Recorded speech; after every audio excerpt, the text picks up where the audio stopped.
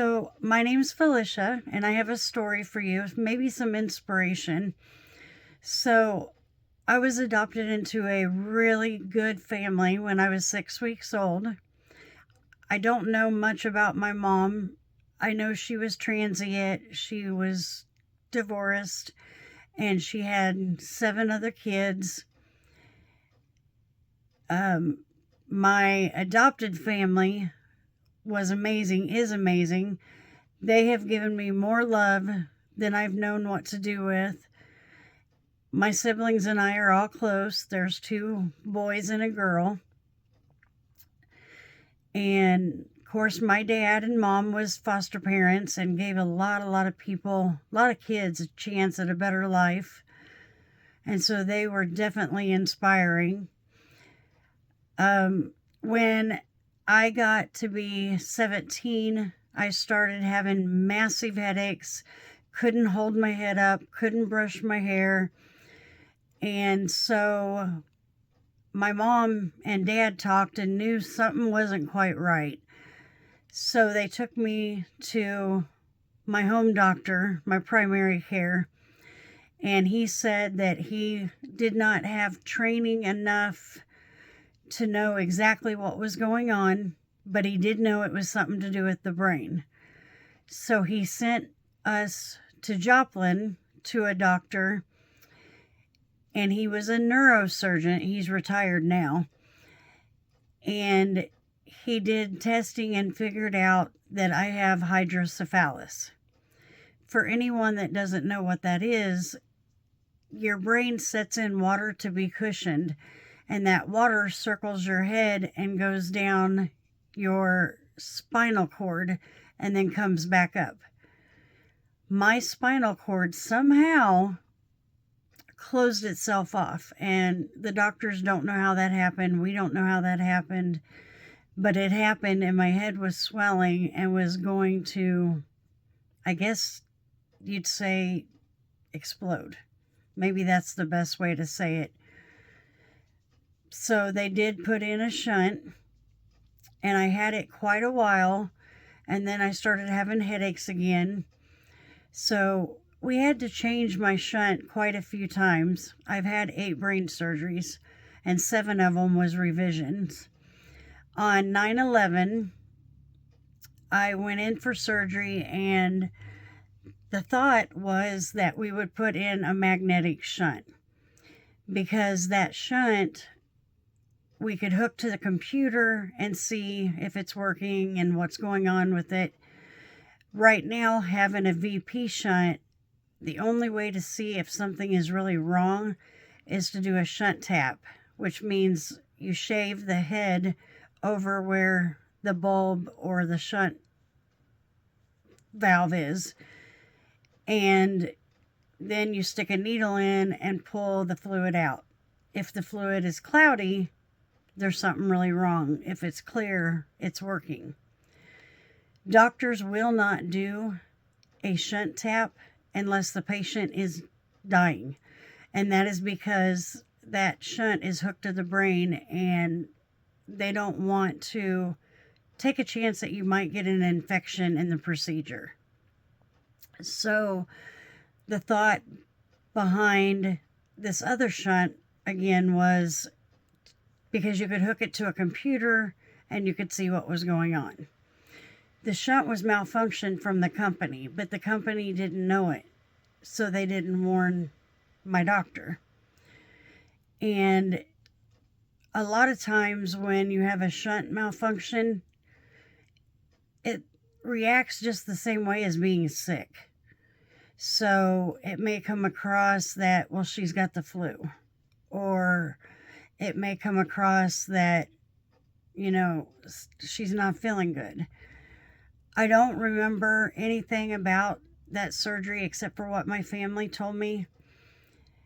But I do know that while the shunt was in, I did get sick and throw up blood. And so that was a sign that something was wrong. But again, a shunt malfunction acts like the flu or just a sickness. So sometimes it takes a lot of testing, and it's sometimes hard to figure out what is going on. So when the shunt was placed in my body and I come back from surgery into recovery and then, of course, into my room, my sister went to every surgery I've ever had. And she knew right away something was wrong. She had worked in a nursing home. She had seen people die. And she told the nurses something was really wrong. And they kept telling her, no, she's just sleeping good. She's fine. And then they eventually said it again and then walked out because they really thought I was just sleeping good. So my sister told my mom that she needed to check my eyes, that something was really wrong. And when Mom checked my eyes, they were rolled back in my head and I was gone. I had a DNR at that time, so there was nothing that could be done. The doctors had to wait till I showed signs of life or showed that I was still there. In the time that that's going on, the doctor, not being able to do anything, my mom called a lifelong family friend who also had been my teacher since kindergarten. And so she got to be there with my mom and my dad and my sister. And so like I said, I have no memory from that day. So I don't know how many days. I don't know if it even was days. I know my sister, like I said, knew what was going on. So she alerted the doctors pretty quickly that something was really wrong. And when she told Mom to check my eyes, when Mom did, like I said, there was just white. I was already gone. So Mom screamed, get in here. And the doctors and the interns rushed in and they told my mom to get out. And she said, I'm not leaving. And they said, oh, yes, you are. Get out. So she left and watched through the window, and she said they took a big, really big needle into the top of my head and pulled fluid out, which again, pulling out fluid will tell whether it's cloudy or clear, so they know if there's a malfunction. So my teacher and lifelong friend got there, and a tall black man walked in, and my mom describes him as looking like a Kansas City Chiefs football player, just real tall, broad across the chest. And he told my mom that I would be fine. She said, I don't know this time. And he said, she will be fine. And he put his hand on my mom's shoulder to reassure her. And by the time that he had got in there, they had decided they were going to take the bad shunt out. They were going to put me in ICU and let my head be cut open for a certain amount of days because my head had filled up with fluid. That's what had made me die. So they did do that. I was in ICU for a certain amount of days with my head cut open to let all the fluid drain. And when they went to take me back into surgery to put the VP shunt in, which is what I started out with, this black man, that had told my mom that I would be okay, he was talking to them, and my mom and teacher had asked, can we go with you? And he said, well, you can go with me in the elevator. But as soon as the elevator doors open on surgery floor, I will go to surgery with her and you guys will have to go to the waiting room. So while they were in the elevator, my teacher was at the head of the bed. So she was pretty close to me. My mom was at the foot. And my teacher said that this man leaned down and quoted scripture in my ear. And he took a Bible and placed it under my pillow to go with me into surgery. When he come out of the elevator, my teacher and my mom stood there and watched him leave with me, and they said he just disappeared. He was there 1 minute and gone the next. After surgery and putting the other shunt in, my mom told my doctor what had happened, and he thought that her and my teacher had lost their mind, basically. I mean, he didn't say that, and he wouldn't say that. I've known him for quite a long time, but he was in shock with what they had told him. And so he searched the whole entire KU hospital and never found a man like that description, never found the Bible.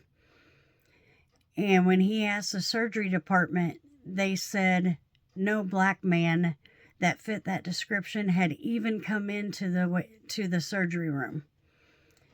They never saw him.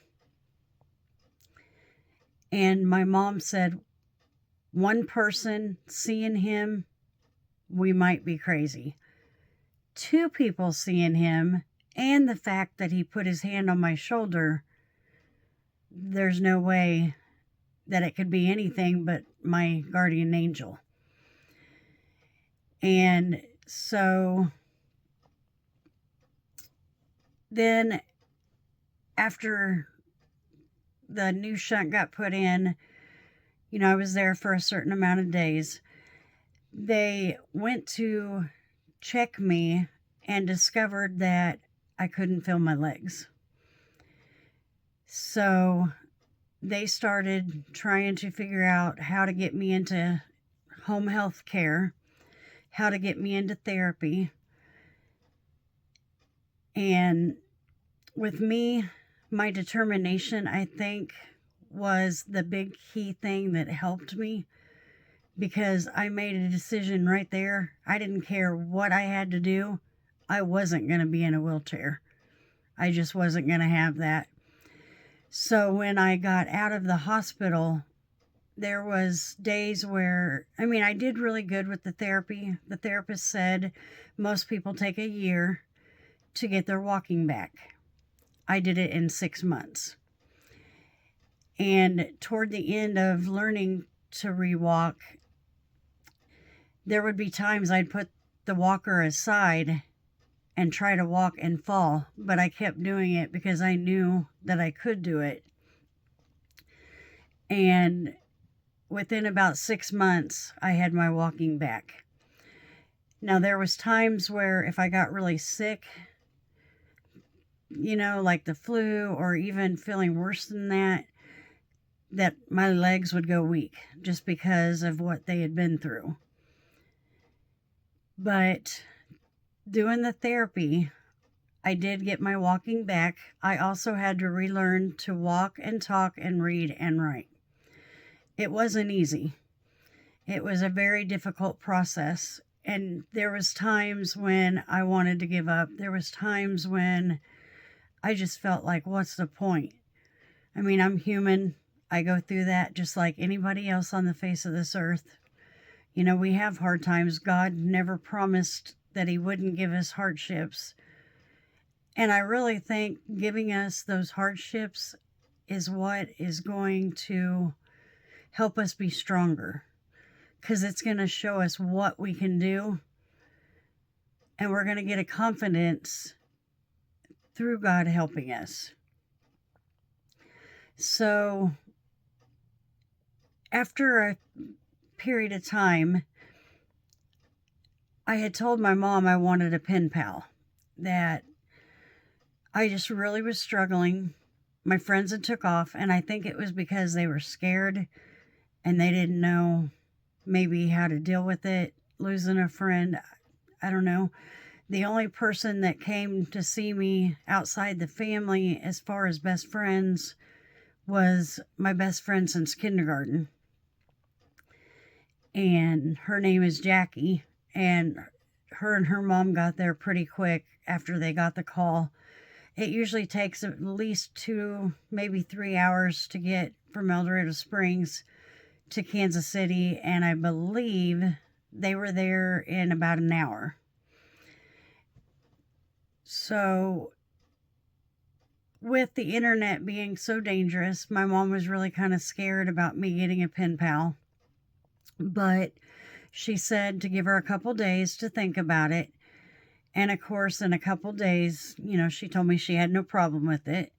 So I got on easypenpals.com and I met a man named Johan. Now, if you think his name's a little different, it's because it's Dutch. My pen pal was from Holland. So we started talking, and we talked for 2 years. Well, I never thought I'd meet him. So after we talked 2 years, we did date briefly. But again, I didn't think I would ever meet him. So I broke up with him. And then it was probably a couple months later that God made me realize that I had prayed to him. I had asked him to bring somebody in my life that would love me with all of his heart and everything he had that I could love with all of mine. And God reminded me of that prayer and told me that my pen pal was who he picked out for me. So we resumed dating, and then within a couple months, he wanted to come and see me. But of course, my mom worked at the school, and she didn't know this man. So she wanted to wait till summer when she'd be more available. And so he waited, and he came 4 or 5 times at $800 a plane ticket. Plus, he called every weekend. Plus, when he'd come,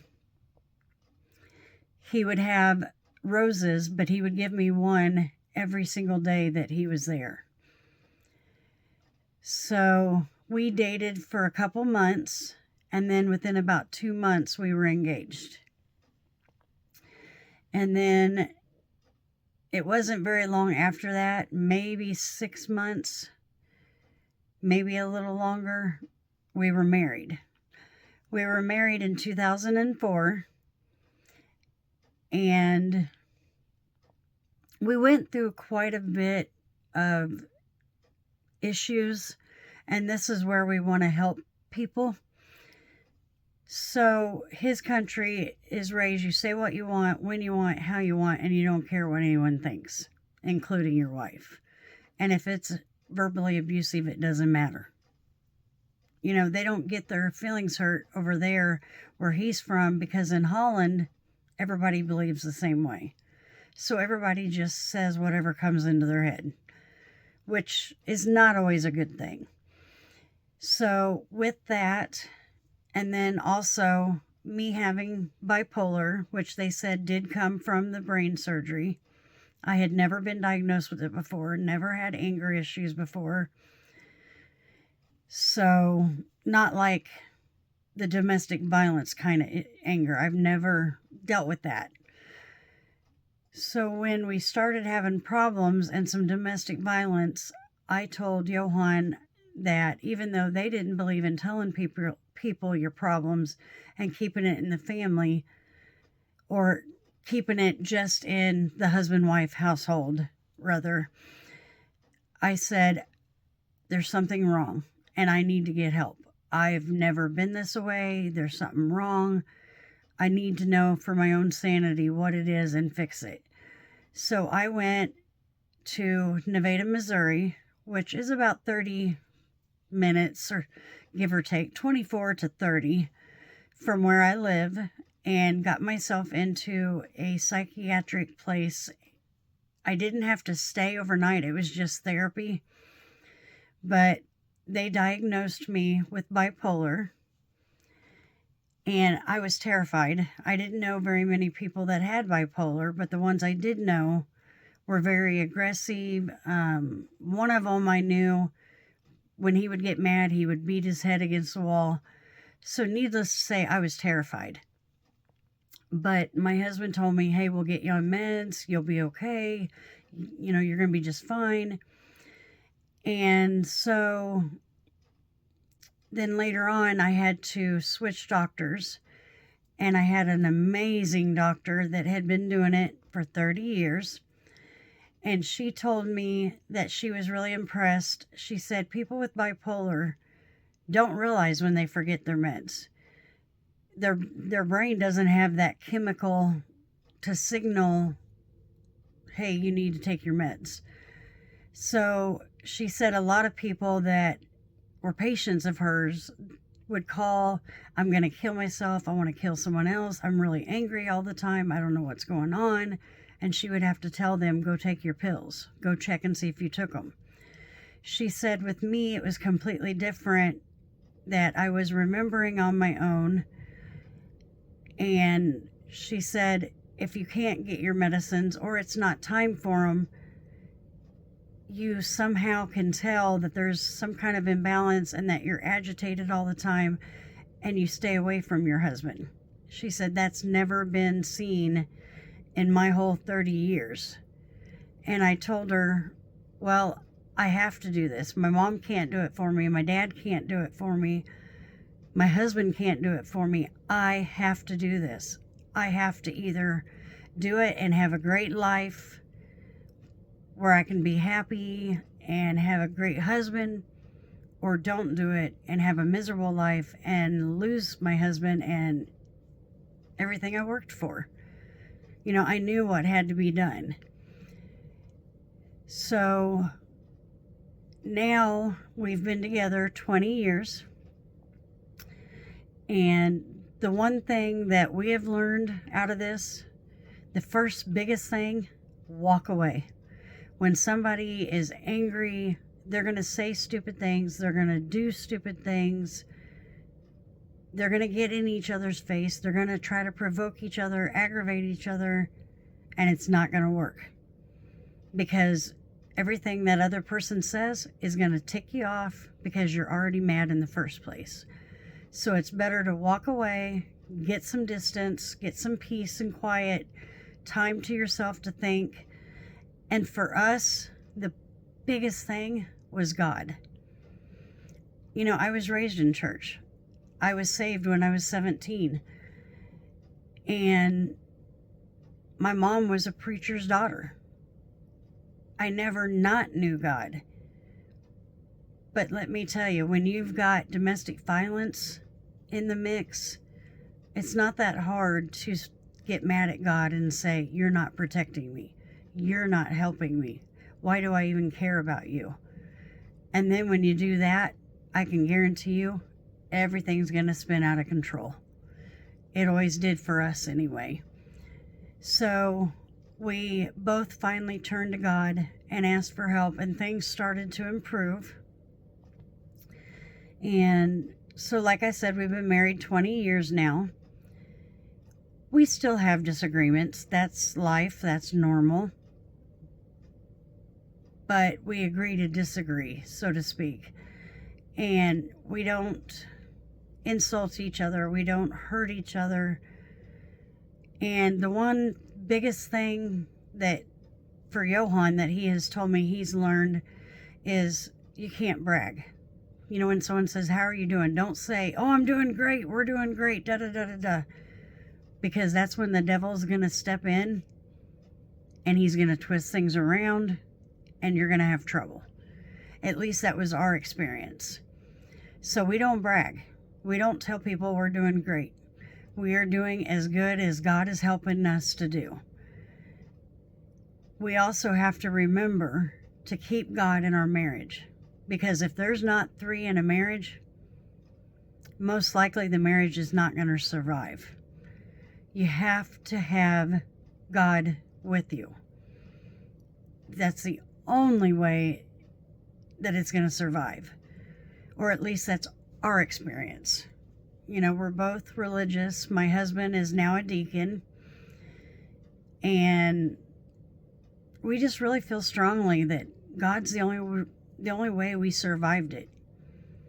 Yes, our therapists helped us. They gave us the tools we needed. Walk away.